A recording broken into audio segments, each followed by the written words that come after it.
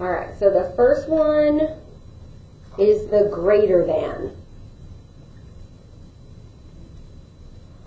Whenever you read it left to right, okay, the greater than, like I said, it's like the alligator eating the bigger number. If you have the point, then that's the less than. And then you have greater than equal to, and then less than equal to.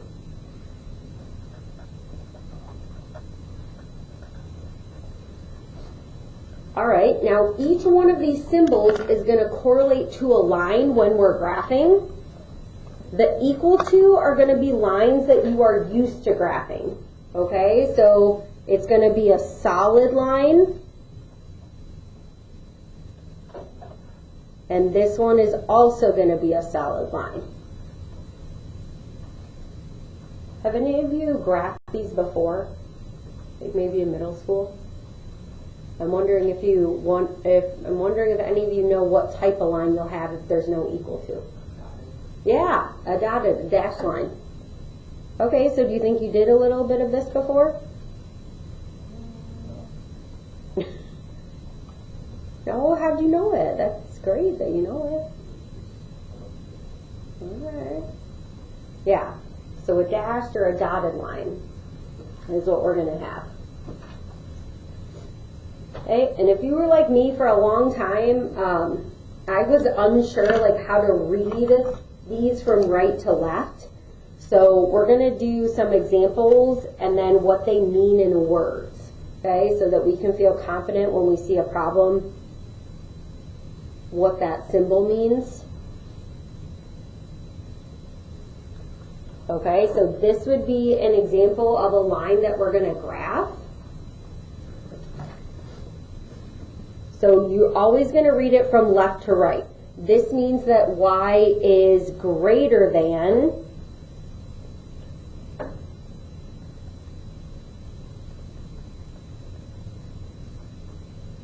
x minus 4. So we're just going to put this in a happy little cloud here. Okay, y is greater than x minus 4.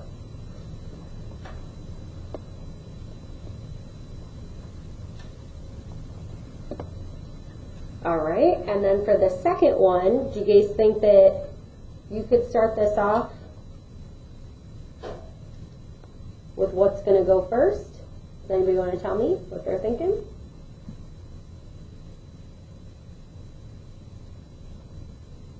Keith, you want to help me with this one?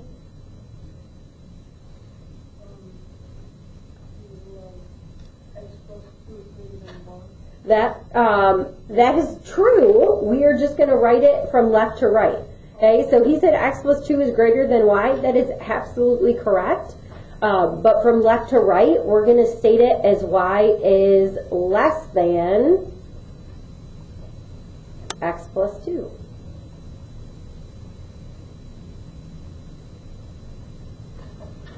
Okay, just like if you had this one, you could say x minus 4 is less than y. You could flip it back the other way.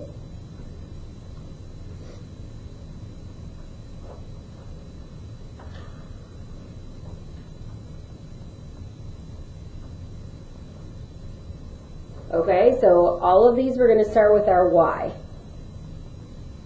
Okay, so anytime you have that line underneath, it means greater than, equal to.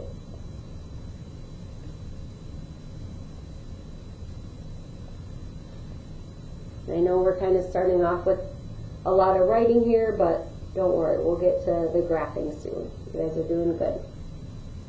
So y is greater than or equal to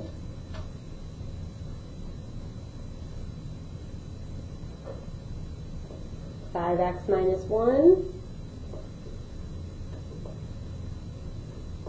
And then for the last one, I'm going to give you the equation, and I want you to write this out. Okay?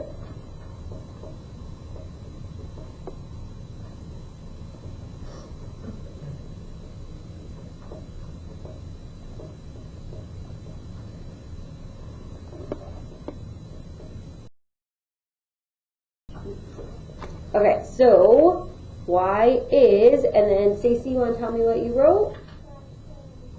Good. than or equal to. Okay, so now what we're going to do, now that we understand what's the greater than and the less than, we're going to tell whether an ordered pair is a solution. Okay, if it is a solution, this is something that we've done before, you're going to get a true statement, and if it's not, you're going to get a false statement. So when I say must show proper steps, sometimes students will just see, oh, tell whether it's a solution, and then they just write yes or no.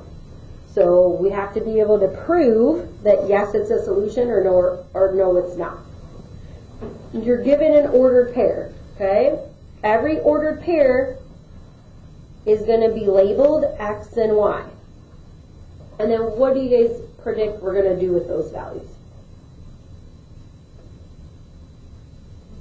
We're going to plug them in for X and Y. Okay, so here's your problem. Y is greater than X minus 4. So we're going to plug in 1 for Y. We're going to plug in 3 for X. And then we just have to simplify.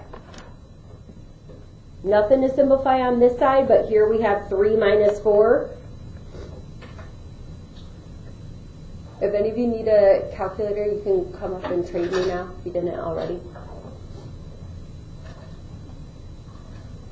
And then, Gabe, will you let me know when you calculate that, what you got on that side? Yep. Yes, it is. Great. Okay, so what this means is 1 is greater than negative 1. Okay, so you're going to ask yourself, is that true? Is 1 bigger than negative 1?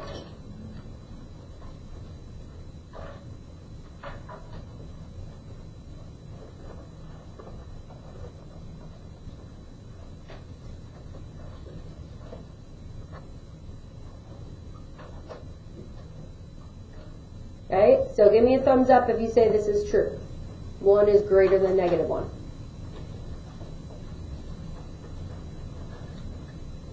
Okay, good. It is true.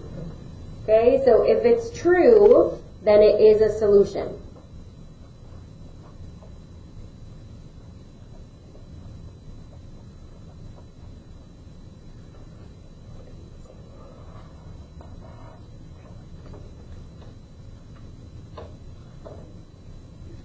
Okay, now for this one, same thing. You have your X and you have your Y.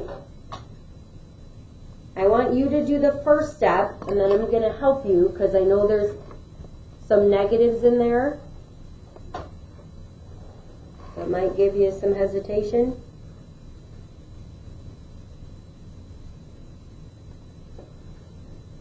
So if you have a negative in front of the X, you're going to keep it. Okay? And then the X is a negative 2.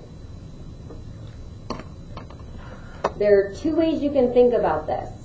What number is in front of X if you can't see it? Negative 1. So you can think of it as negative 1 times negative 2. Okay? And then if you're unsure, you can also plug into your calculator negative 2 just to double check. Okay? So I know a lot of you already know a negative times a negative is a positive. But sometimes we second guess ourselves, and it's fine to use that as a tool, okay? All right, and then what's 2 minus 2? Yeah, 0, nice work, Erica.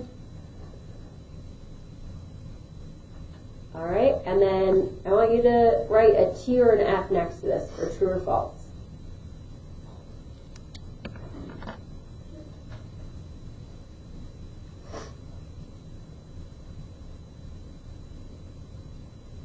Okay, so let's read this from left to right.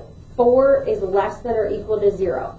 So in this case, remember how earlier I talked about when you first learned this, the alligator eats the bigger number? So if you have 4 and 0, which number is bigger? 4. So which number should the alligator be snacking on? What number is the alligator snacking on? So this is false. Yeah? Okay, so if it's false, then we're going to say it's not a solution.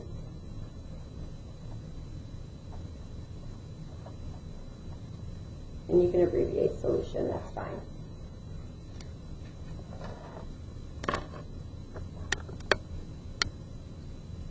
Okay, now, for example 2, we've been working on this a lot.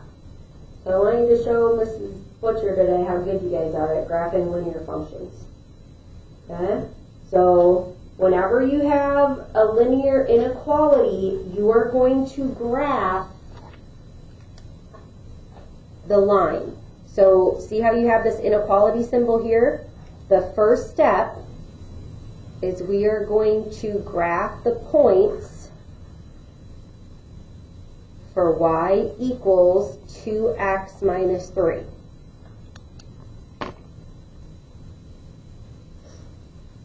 Okay, so where do I start?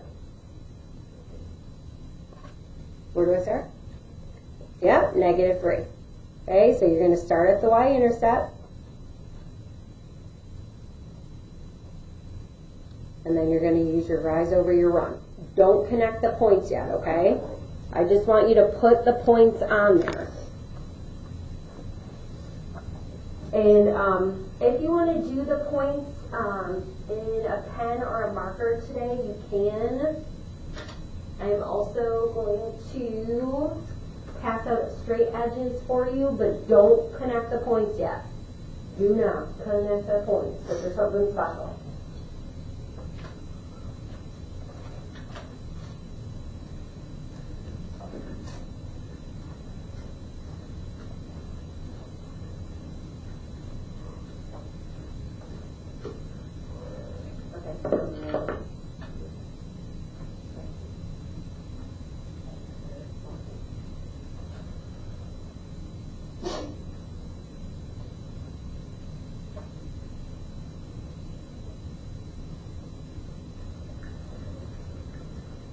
So you started at negative 3, and then you went up 2 over 1, up 2 over 1. The thing that is different with this is, and again, make sure you started on the y, so you have your negative 3, up 2 over 1, up 2 over 1. Okay, what you have to do a little differently for these is you have to see if it's a solid line or you have to see if it's a dashed line. So I want you to look at the table that we did. And for this symbol, which is the less than symbol, what type of line are we going to have? Is it going to be solid or is it going to be dashed? Yep, it's going to be dashed. So if there's no equal to, you're going to do a dashed line. Okay, so I'm going to show you what that looks like. We're still going to line up our straight edge. We're just going to put little dashes in between our points. And what that means is it does not include these points. Oh, I'm sorry.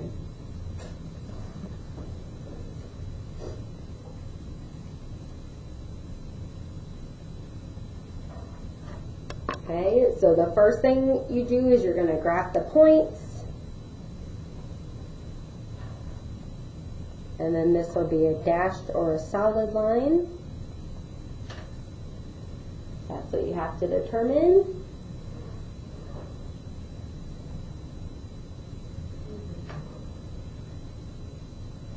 Okay, and then when you have an inequality, this is different than an equation, okay? There are many, many points that are going to make this true. And so the way that we show that is we use a test point. This is going to be step 3.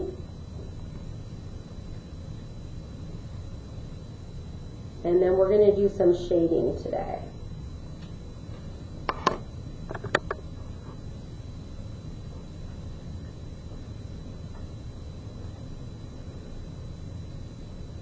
So with your test point, you are going to use 0, 0 whenever you can. And I just want you to put a little dot where 0, 0 is. So this is the step that's going to be a little bit different. So we're going to practice it together a few times. Okay, so based on what we did above, we can tell if we plug in a point whether or not it's a solution. Okay, so we can tell whether or not it's a solution by plugging it into the equation. The reason why we choose 0, 0 is it's usually the simplest one to calculate, but technically you could plug in whatever point you wanted. Okay, so if I plug in 0, 0 to this equation, or inequality, I'm going to plug in 0 for x and I'm going to plug in 0 for y.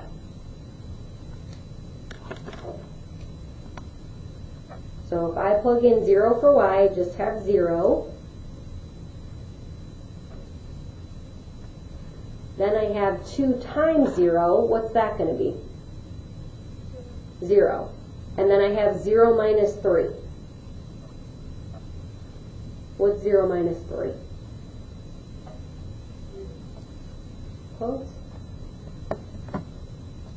So if you put, yeah, negative 3, yep. So if you, and again, I'm fine with you double checking to make sure that you have your signs correct.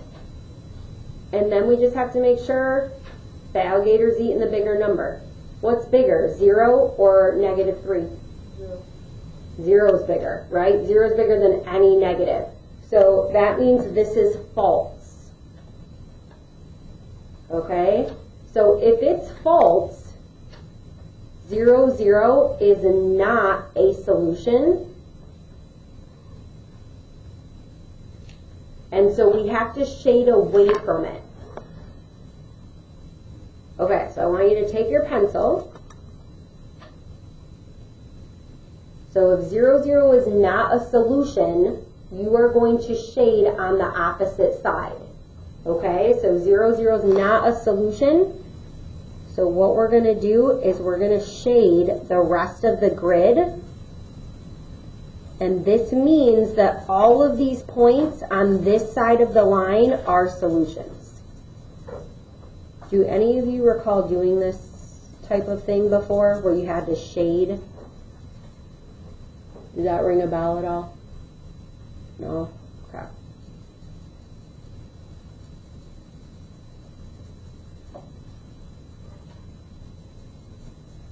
So I know that this is kind of different at first.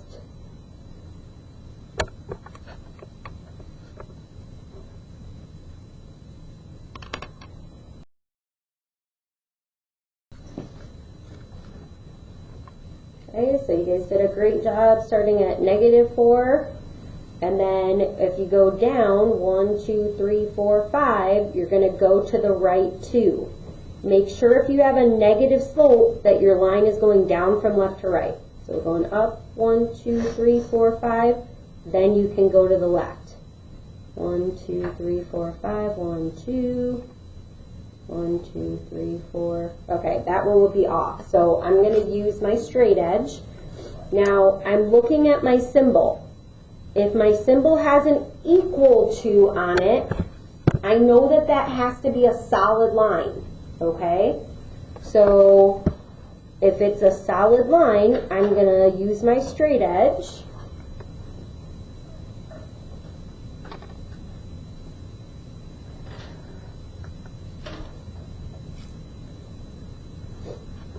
Okay, and then I just have to, bless you, I just have to determine if I'm going to shade the side with 0, 0 or the side without it.